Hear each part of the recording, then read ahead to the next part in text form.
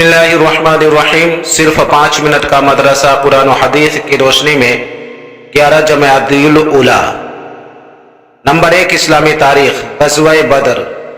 مسلمانوں کو صفحہ ہستی سے مٹانے کے لیے مشرکین مکہ 1000 کا فوجی لشکر لے کر مکہ سے نکلے۔ سب کے سب ہتھیاروں سے لیس تھے۔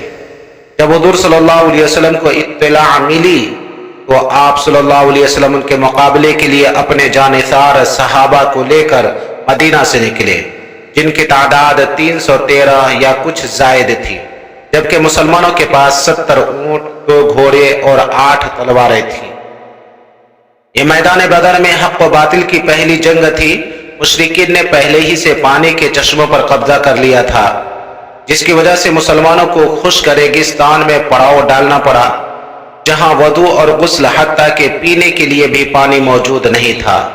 چنانچہ حضور صلی اللہ علیہ وسلم صحابہ کی صفیں درست فرما کر خیمے میں تشریف لے گئے اور سجدے کی حالت میں یہ دعا فرمائی: اے اللہ، اگر آج تو نے اس مٹھی بھر جماعت کو ہلاک کر دیا تو روئے زمین پر تیری عبادت کرنے والا کوئی نہیں رہے گا۔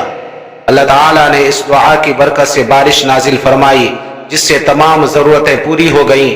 میدان جنگ بھی سازگار ہو گیا، جس کی وجہ سے مسلمانوں کو شاندار فتح نصیب ہوئی۔ قریش کے 70 افراد مارے گئے، 70 افراد قید کیے گئے، جبکہ مسلمانوں میں سے 14 صحابہ شہید ہوئے۔ نمبر 2، اللہ کی قدرت۔ ہوا میں نظام قدرت۔ ہوا میں اللہ تعالیٰ کا نظام قدرت دیکھو کہ اس نے ہوا پر بادلوں کو ایک جگہ سے دوسری جگہ لے جانے کی کیسی ڈیوٹی لگا رکھی ہے کہ وہ برابر بادلوں کو ایسی زمین پر لے جا کر بارش برساتی ہے جہاں کی زمین سوکھی اور پانی کے لیے پیاسی ہو۔ اگر اللہ تعالیٰ بادلوں پر یہ ڈیوٹی نہ لگاتا تو بادل پانی کے بوجھ سے بوجھل ہو کر ایک ہی جگہ پر ٹھہرے رہتے اور ہمارے باغات اور کھیتیاں سوکھے رہ کر ضائع ہو جاتے۔ یقیناً وہ بڑی عظیم ذات ہے جس کا حکم بادلوں پر بھی چلتا ہے۔ نمبر 3، ایک فرد کے بارے میں اپنے گھر والوں کو نماز کا حکم دینا۔ قرآن میں اللہ تعالیٰ فرماتا ہے، آپ اپنے گھر والوں کو نماز کا حکم کرتے رہیے اور خود بھی نماز کے پابند رہیے۔ ہم آپ سے روزی طلب نہیں کرتے، روزی تو آپ کو ہم دیں گے اور اچھا انجام تو پرہیزگاروں کا ہے۔ سورہ طٰہٰ۔ نمبر 4، ایک سنت کے بارے میں، خوشبو کو رد نہیں کرنا چاہیے۔ رسول اللہ صلی اللہ علیہ وسلم کو جب خوشبو کا ہدیہ دیا جاتا تو آپ صلی اللہ علیہ وسلم اس کو رد نہیں فرماتے تھے۔ ترمذی شریف۔ نمبر 5، ایک اہم عمل کی فضیلت، سلام کرنے پر نیکیاں۔ رسول اللہ صلی اللہ علیہ وسلم نے فرمایا، جس نے السلام علیکم کہا اس کے لیے 10 نیکیاں لکھی جاتی ہیں، اور جس نے السلام علیکم ورحمۃ اللہ کہا اس کے لیے 20 نیکیاں لکھی جاتی ہیں، اور جس نے السلام علیکم ورحمۃ اللہ وبرکاتہ کہا اس کے لیے 30 نیکیاں لکھی جاتی ہیں۔ طبرانی کبیر۔ نمبر 6، گناہ کے بارے میں، شراب، مردار اور خنزیر حرام ہے۔ رسول اللہ صلی اللہ علیہ وسلم نے فرمایا، اللہ تعالیٰ نے شراب اور اس کی قیمت، مردار اور اس کی قیمت، خنزیر اور اس کی قیمت کو حرام کر دیا ہے۔ ابو داؤد۔ نمبر 7، دنیا کے بارے میں، دنیا و آخرت کی تلاش کا عجیب معاملہ۔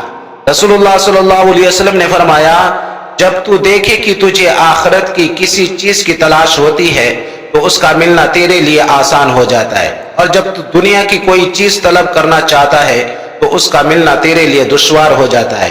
تو سمجھ لینا کہ تو اچھے حال میں ہے، اور اگر معاملہ الٹا ہے تو تو برے حال میں ہے۔ کنز العمال۔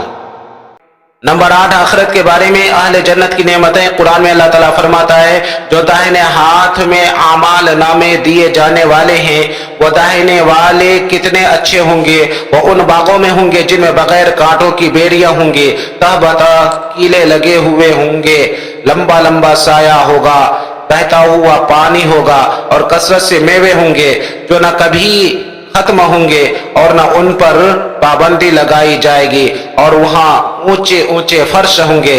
ہم نے وہاں کی عورتوں کو خاص طور پر بنایا ہے، ہم نے ان کو کنواریاں شوہر سے محبت کرنے والی اور ہم عمر بنایا ہے۔ یہ سب چیزیں داہنے ہاتھ والوں کے لیے ہیں۔ سورہ واقعہ۔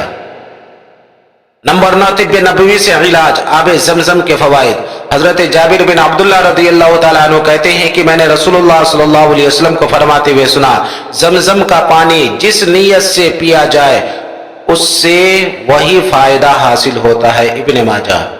نمبر 10، قرآن کی نصیحت۔